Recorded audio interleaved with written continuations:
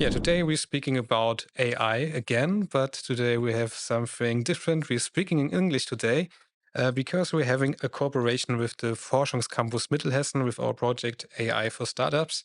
My name, as always, is Maurice Jelinski, and today I have a special guest here, Dr. Kirsten Zantvoort in Marburg. And today we're speaking about your research, and the next couple of episodes, we're also speaking with your colleagues about the specific AI research in your different fields. I'm really looking forward to it. Welcome to our podcast. Thanks for And having me. yeah, of course. And let's jump right into it. We have a couple of questions about you, your career path. And the very first question would be, could you briefly describe your current position at AKA and the main goal of your data science team? Absolutely. Yes, so I am a data scientist, a postdoc, and I'm responsible for a team of data scientists here at the university in Marburg. And the institute is the Institute for Artificial Intelligence in Medicine. And that's a kind of a new institute. It was actually founded in 2019 in a joint venture between the clinic and the university.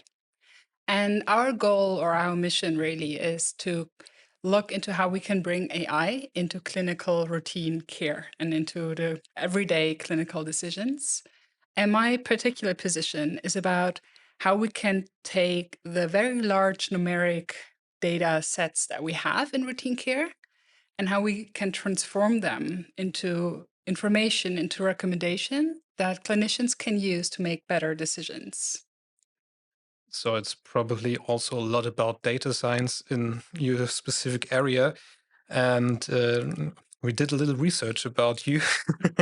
And you also have a diverse background from economics to business analytics and the pharma industry. Maybe you can also outline your key stage and how you came up with the project here. Sure. It was a little bit of a windy road, so to Mhm. speak. So originally, I actually started studying languages, but quite quickly figured out that that was not the path I wanted to stay on. And like many people that don't really know what they want to do, I then decided to study business and economics. And reading that bachelor degree, I still wasn't sure where I wanted to go. I knew I wanted to do a master, but not what exactly in. So I decided to do an internship. And I did that in a retail company in corporate development. So mainly like strategic project management Mhm. and really loved it there. So I ended up staying 2.5 years full time. And during that time, I more and more got into more analytical projects. And actually, like I never really thought I was a super analytical person, but I had a boss who was like, "You're good at this, so how about you do this?" And towards the end, I was doing projects where it would take 30 minutes to open the data sets in Excel. Mm. And I was thinking like there has to be a better way to do this than Excel. So obviously there is. And that led me to quit my job and go back to university and get a master's degree in business analytics that then led to a PhD in data science. And during my PhD, I already got into health data, but more mental health data. So I was working with the internet psychiatry in Stockholm and Mm. doing some machine learning on outcome and dropout prediction. And then when I finished that last year, I decided that I wanted to move into physical health. And that's how I ended up here. That's really interesting that you're coming from languages because I myself I did some history studies and all that Okay. stuff, and I also got somehow into this AI thing. So it's really interesting how people starting with something, but I mean language are also some kind of systematic thing, and I It mean is. there's some things that they have in common. And if you're speaking about those large data sets, maybe you can describe the feeling the first time you improved this Excel sheet you had with opening 30 minutes and all this stuff. Yeah. Yeah, when I first learned Python, it was like Yeah. magic. I love it. And I think originally I always thought like programming is like this natural skill you're born with or you're not born with it. And there was like this mental hurdle. And then when I started learning it, I was like, that's it. Like it's just a language, Yeah. essentially. It's grammar and it's vocab. So it was great and I still love it. So Yeah, perfect. So that brings me to the next question. Coming to your research, what are your primary research projects right now with your team you're currently working on? So we have a bunch of different projects, and a lot of them are also like supporting data management with the clinic. But I think the biggest one for me would be the emergency data. So we're currently working on getting about more than 200,000 patient visits from the central emergency department here in Mhm. Marburg. And within those 200 something thousand are about 90,000 that came by ambulance. Mm. And or because in Germany we have the system where we don't only have the ambulance, we also have an emergency physician that if necessary, if indicated, will drive out. And we actually have quite some data on that as well. And yeah, so the biggest project there is to look how can AI support those decisions that have to be made in emergency medicine, Mhm. especially since they're very high volume. I think there are like 30, 40,000 patient visits a year Yeah. just here in Marburg. So yeah, there's a lot of volume, a lot of heterogeneity, and a lot to help. Yeah, I think it's a really interesting field of research because we also have real problems. I think in the sector of medicine with physicians and doctors coming short in emergency rooms and all stuff like that. Um, Maybe you can give me some insight on the bridge, this implementation gap, and is there rise the major challenge in medicine? Yeah, so when we start research, usually we kind of start in a sandbox, right? Like Hmm. we will take retrospective data, data about things that have happened in the past, and then we will develop models on that. But then those models are supposed to help in real life, real time decisions. And those decisions that are taking place, like I said, I was in retail before, and there you have decisions like, what font or color do you take? And if Hmm. people don't like it, you A B test it. And then the worst that can happen is that you lose some revenue. Yeah. But medical decisions obviously are wildly different. And the healthcare system is a very complex, it's a high stake, and it's a very user driven Hmm. system. So even if in my sandbox, my AI model is doing great, when it hits reality, it might not anymore. And the thing with healthcare is that standardization saves life and it has to be very robust, right? Yeah. But that makes innovation difficult because innovation is always trying things out, see what happens. But when lives are at risk, you have to be very careful about that, obviously. So I think that is like the one of the reasons why there is this implementation gap between the potential we see in AI in some Hmm. industries and then how much of it is actually fulfilled and realized in healthcare today. So yeah, I think the regulatory hurdles are really big, but it's also a good thing because Yes. if you look at the stakes, they're really high. And maybe you can explain some of your specific work in emergency care regarding sepsis and acute kidney injury. Mhm. How does the AI intervene in those scenarios? Yeah. So, like I said, I've only been here for a year, so we're Hmm. still in the starting phases. So far, the AI doesn't intervene at all, but I can tell you how we're planning on doing that. Generally, whenever someone comes to the emergency department, they're triaged. And triaged essentially just says how urgently they need to be seen by the doctor, because obviously we can't have 100 doctors standing ready for whatever patients walk in. So we need to prioritize. And some illnesses are not very severe. So it's okay when people wait a little bit. Others are very severe and it's easy to see them. So they will be seen by a doctor immediately. But then we have this problem area where very severe illnesses like sepsis and acute kidney Uh, injury present like they're not that bad, when really they have high mortality, high life quality cost, yeah. also high monetary costs for the healthcare system, like intensive care, dialysis in the end. So the idea is that, especially for a human that is under immense pressure, there are a lot of people, there is a lot of noise, there are a lot of decisions. They might miss people that need Mm. to be seen immediately. And we work on how AI can support them by risk flags, so to say, that just say, like, maybe take the vitals of this person just to check if they're really doing as well as they seem on first sight. Or maybe call a nephrologist Yeah. to see if acute kidney injury might be a likely problem that's going on here. So yeah, it's mainly about looking at where are we under triaging Mhm. and helping support finding those people, but also in deciding that also implies deciding who might not need to be seen immediately Yeah. because we're getting increasingly high numbers of patients in the emergency department, and it's really really hard for the system to keep up with that. So yeah, so that's mainly Yeah. what we do. That sounds super interesting, and I think it really combines all your backgrounds from this economic perspective, but also from this healthcare perspective. And everyone who was in an emergency unit once can relate to those issues, Yeah. because sometimes you're really having a bad injury in your own perspective, but sometimes it might be not that bad if you compare to the next person coming. So I think this is a real good thing for assisting doctors in real life. Um, Maybe you can give us some more insight on your day-to-day work. How does it work to work with the data? How do you implement all those AI models? So maybe you can just explain how you exactly your projects unfold for people from other backgrounds and disciplines. Mhm. So I think every of my projects has kind of like three big pillars, three Mm-hmm. topics. And the first one is one that I have been spending a lot of time with, which is kind of the interaction between use case and data. Because there are a lot of medical questions that would be absolutely great if we could solve them. But just because there's a need doesn't mean that AI is the right tool to Mm-hmm. solve it. And when I say AI, usually the problem is not the AI, it is the data.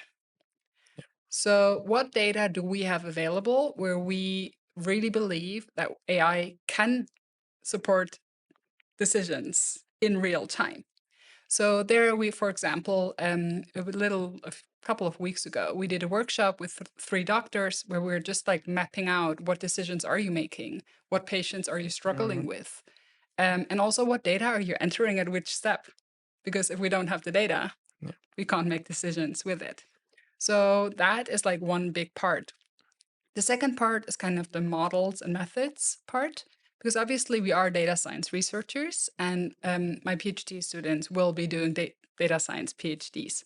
So there's also this aspect of method development, looking into that. What are upsides, downsides? Where can we push the boundary a little more of Yeah. the methods that are currently there? Um, and also look into what makes most sense for the specific use cases that we have. And the third one, which is kind of a new one and one that I'm super interested in, but only starting to get into, is the idea of system interfaces. Mm-hmm. Because let's say I have the perfect model. That doesn't mean the doctor can do anything with it, right? Like it's just a probability. Yeah. So, how can I translate this model output into actionable insights that help doctors make better clinical decisions?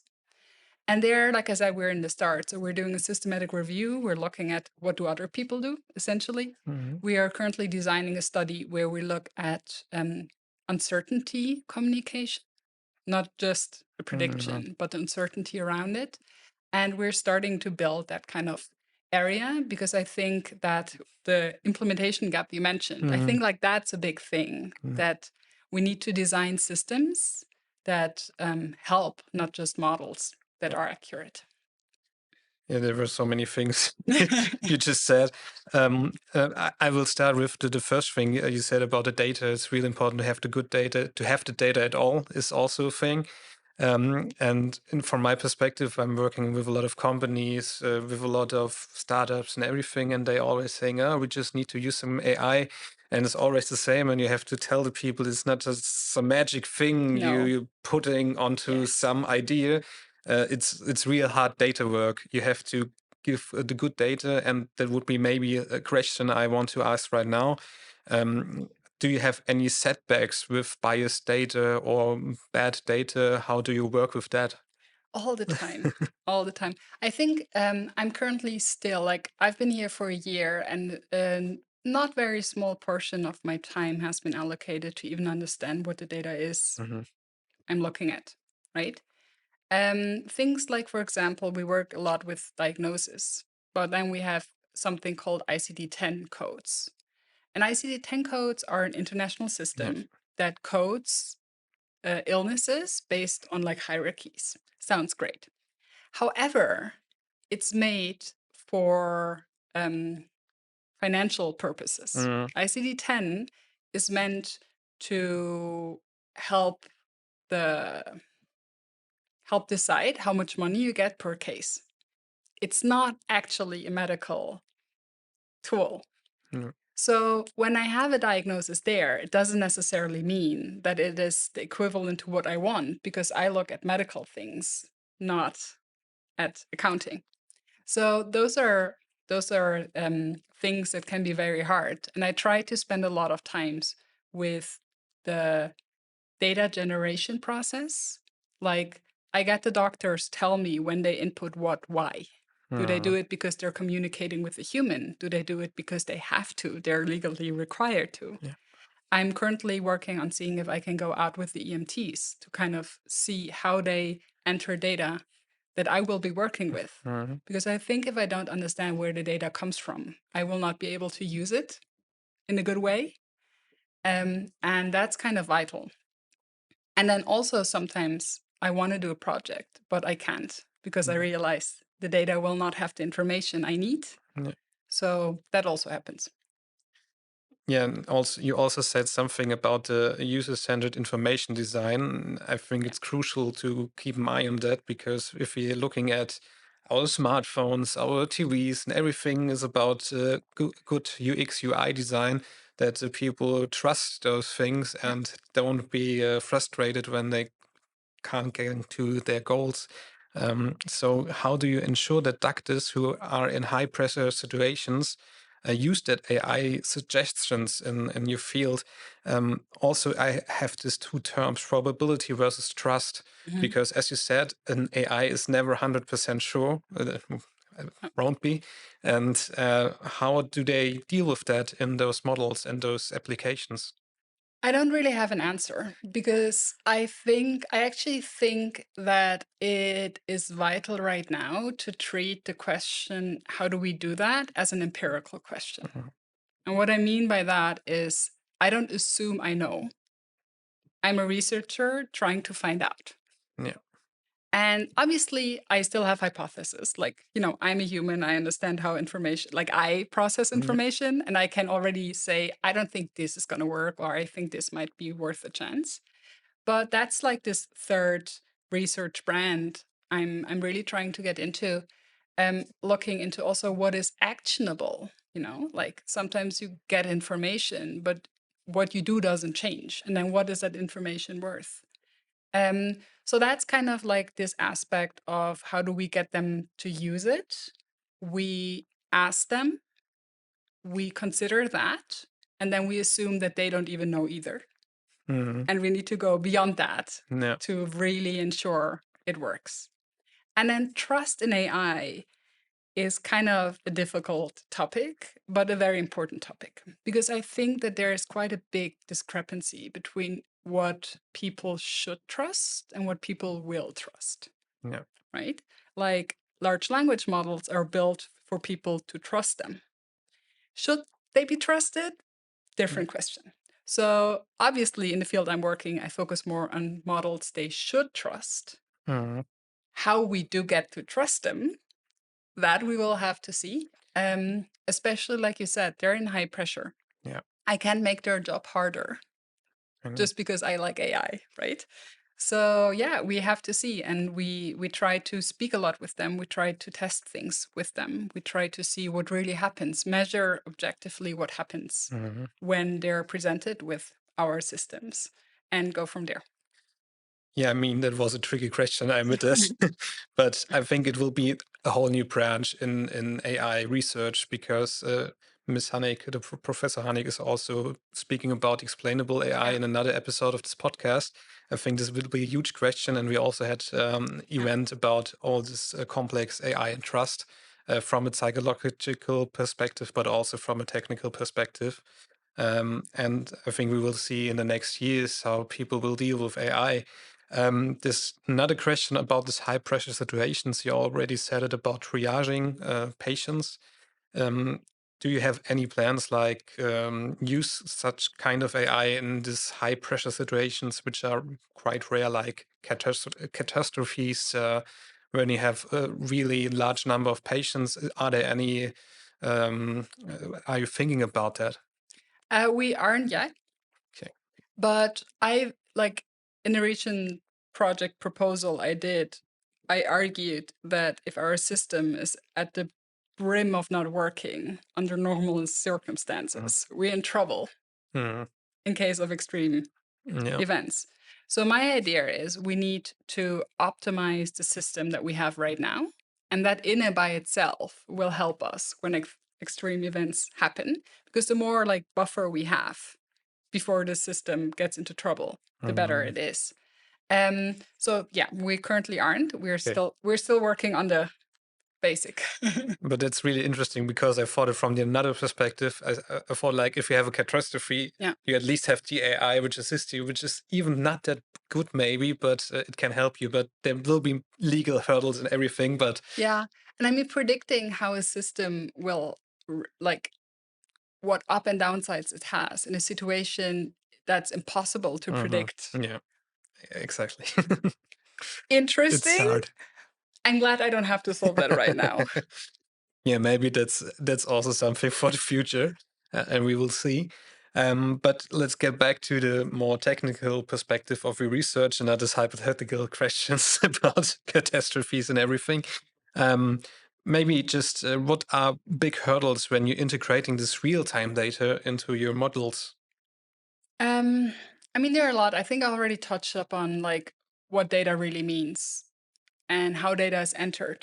Mm. Because in our current system, almost all data is entered actively by a human.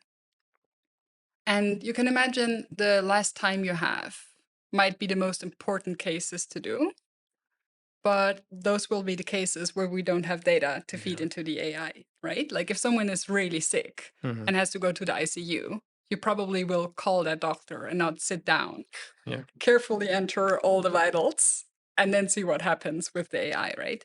So I think that this like manual aspect is a big thing. Also, where the data is at, like different doctors have different fields where they put certain data. Their mistakes may be made. So Mhm. pulling the data in a quality where we can actually use it in real time is a challenge. Pulling the data in general on time can be a challenge because hospital systems are obviously built for a very big and important reason, which is not facilitate AI research. Yeah. And I can't blame them. But these legacy systems are very can be difficult to deal with. And sometimes there's also this problem of latency where by the time the data is there and available, the decision should have been made already. Yeah. So that is also a challenge for sure. And then in terms of like really technical how you access it, it depends a lot. I think there's a lot happening also with like fire standards and like Yeah. interoperability. So yeah. Yeah, that would be the next question. Perfect. How do you validate a model like that when it's finished or in the process of finishing it? You already said there will be some legal questions and regulatory questions. How can I imagine this whole process? So validating a model is a multi-step process. So usually what we do, we will have training data. And in the use cases I named, that will be 2019 till 2025. And then there are certain methods like nested cross-validations where you kind of try to simulate how the model would have done if you had asked it to make predictions on unseen data. When we will pitch different models against each other to see what works, and then we choose one model type, and then we test that on the data that by the time we're done will be available, which is this year's data, right? Mm. So we can do whatever we want to make the best model we can on the data from the last years. And then we will act like we use that model on the 2026 data and see how it does. If it's good, we will then um, go into different other aspects like the actionability, like can people actually do something with it? Because that's just an accurate model. It's not a useful model yet. And by the time we do have a system, we will have to look into clinical trials to see Mm, how it actually informs and changes clinical decisions and outcomes. And that, for example, we have the Clinical Trial Center here in mm, Marburg, which is also for Mittelhessen. And they're experts in clinical trials. I'm not. mm. So by the time we get there, by the time I'm done with my Yeah, model and happy, then we need other experts to kind of help us evaluate the yeah. actual clinical impact and kind of go step from step by there until we are pretty sure, as sure as we possibly can be, that this model is something good and not something harmful. And hopefully, then we someday Yeah. will be in routine care. And yeah, it sounds like this huge task. And there was one question coming to my mind right now. Like, if we have this finished model and everything is fine with it, and we can use it like in Marburg and Mittelhessen and everywhere, that would be the question: can we use it anywhere? Because if we would use it in the US or maybe in Africa, there will be probably another hurdles. Yeah. No, I don't think so. But I also don't. I don't think that has to be Mm, necessary. And I actually think that this idea that there is this one model and it works for everyone and everywhere. So far, I haven't seen any examples for mhm, it, right? Like there are also a lot of articles arguing that ChatGPT's yeah, like point of view is very westernized and it doesn't actually work for the entire world. And I also don't think that numerical models will. Which has a lot of different reasons. I think with numeric models, it's a little easier. Like if I train on laboratory data elsewhere should also be similar, yeah, more similar than when we have different cultures and yeah, sure. languages, at least. But still, I think that the training the model is not the hard part. Mm, So retraining a model on your own data, either training or like optimizing it on it, isn't that difficult. It's more the integration, yeah. the differences in how things are done, how decisions are made that make it hard to like transplant a model from one part to another. And even within Hessen, I mean, we have discussed that probably like a very urban hospital is going to have a different Mm, population, different prevalences of certain diagnoses than we have in Marburg in a more rural like area. So even there, it might be an hour further, it doesn't work, yeah, but it also might be that somewhere in Schleswig-Holstein it does work. yeah. But we have to test for it. Yeah, but I think that's an important part to have in mind for implementing those models because you still have to fine tune and do some Yeah, work and get some fresh data. But I think it's important that you have this basic research where you developing the frameworks and everything, and you always have to use new data and try to keep it alive. That's the whole process of being probably all right, so that was a really interesting sneak peek into your research. Maybe we can go a little bit further.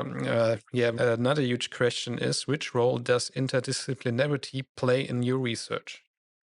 yeah. I mean, generally, like the interdisciplinary like Mm, nature of my work requires me to talk to a lot of different disciplines to the point where I think application research in AI is not even interdisciplinary anymore. It's transdisciplinary, right? uh, Like it's not that we we just like kind of try to work together. It's like we have this problem and we have to create knowledge together around what is even possible and how can we mm, solve it.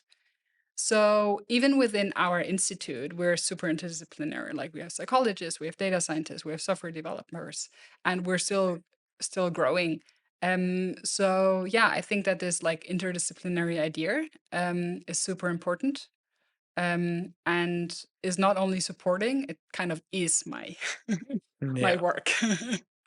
yeah, that sounds great, and I think it's also some kind of role model also for companies. I think to think about to think outside the box. I mean, if you're trying to implement a model, you're not just a data scientist. You also have to think about all the eventualities and everything that's coming into your mind. With you already said it with the user-centered design.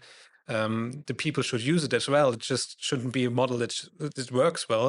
If nobody's using it, there will be no point in producing it. Definitely. Yeah.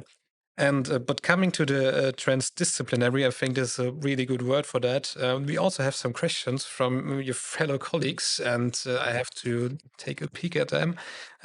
We also have a question from Professor Dobbs. She's asking if AI can outperform humans in many tasks. Do we still need to understand how the human brain works, or can AI research move on without neuroscience? Um, I genuinely think that we should explore different avenues. I very much am from the kind of mechanism agnostic point of research, Mhm, right? I see an input, I see the output. I don't care what happens in between. If I can predict the output, I'm good. mhm. And I mean, that's kind of polemic the way I put Yeah. it. And that would imply no, we don't need to understand how the human brain works. On the other hand, I do very much feel like there is no useless knowledge. There might be knowledge that we don't know how to use yet. And I also don't understand enough about Yeah. neuroscience to even gauge its value. So I know that with the way I approach my work right now, I don't need to understand how the brain works. I am very happy that very smart people are Yeah. figuring that out, so I don't have to. And I can very much imagine that there can be a lot of value in it for sure. It's all about kind of the holistic approach of how decisions are made. Because, like, in the end, what we are trying to do is optimize Yeah. decisions, right? And the more we understand about that, it can't hurt. That is a great answer. Yeah, we also have a question from your colleague, Professor Hannig. From the perspective of your own research field, what do you expect to fundamentally change over the next 10 years in methods, in theory, or practical application? I hope that we move away to actual impact because currently most papers you see, especially in medicine, they talk about AUC and accuracy and recall. Um, and I think that is a absolutely necessary first step, but it only is the first step. So I very much hope that we move into okay, so what, Yeah, right? We move into what is actually how is the world different after you have trained your model from how it is before? Because I think that those things might vary. Like you need yeah, a rather accurate system for it to be useful, but the accurate system isn't automatically useful. So I hope that that will change um, a lot more than it has so far. I think that's a really good point when I'm thinking about my field of work, like media. When you're now seeing this AI slop trend, when people are using all those models for creating nonsense videos, but that's the internet as well. But I think that this whole point of impact is really important if we're seeing also those models and AI in general as a tool, which should benefit the society and also the whole world. So yeah, that's a really good point. But maybe you can say, let's say, look ahead to 2030. Do you envision your tools changing the daily routine in emergency care? Yeah. I very much hope and work towards the models helping humans, and not only patients but also doctors because Mm, they're doing a quite challenging job, right? So with requirements getting higher and higher, the world being complexer, more diagnosis being out there, more people yeah, seeking help. I hope that the models that we train and validate and yeah put into systems can help save lives, can help improve quality of lives of patients and staff. Um, yes, I think that's that's the hope there. yeah, great. So that was my last question. Really thank you for your time. It was really interesting Very to get an welcome. insight on this really interesting work. We already had some specific research in our project AI for Startups about the whole this medical thing. Professor Hirsch was one of the first people who were in our project with this cardio IQ thing, and there are so many projects that are really interesting. So I'm looking really forward to your models and how they will shape, and I'm really sure they will shape the future of emergency rooms. In the next episodes, we're also talking about some different AI research from the specific research fields. I'm really looking forward to that as well. And we will welcome you in the next episodes with new research fields already. Oh, also in English, yeah. But that's it. Thank you very much for your Thank time. you.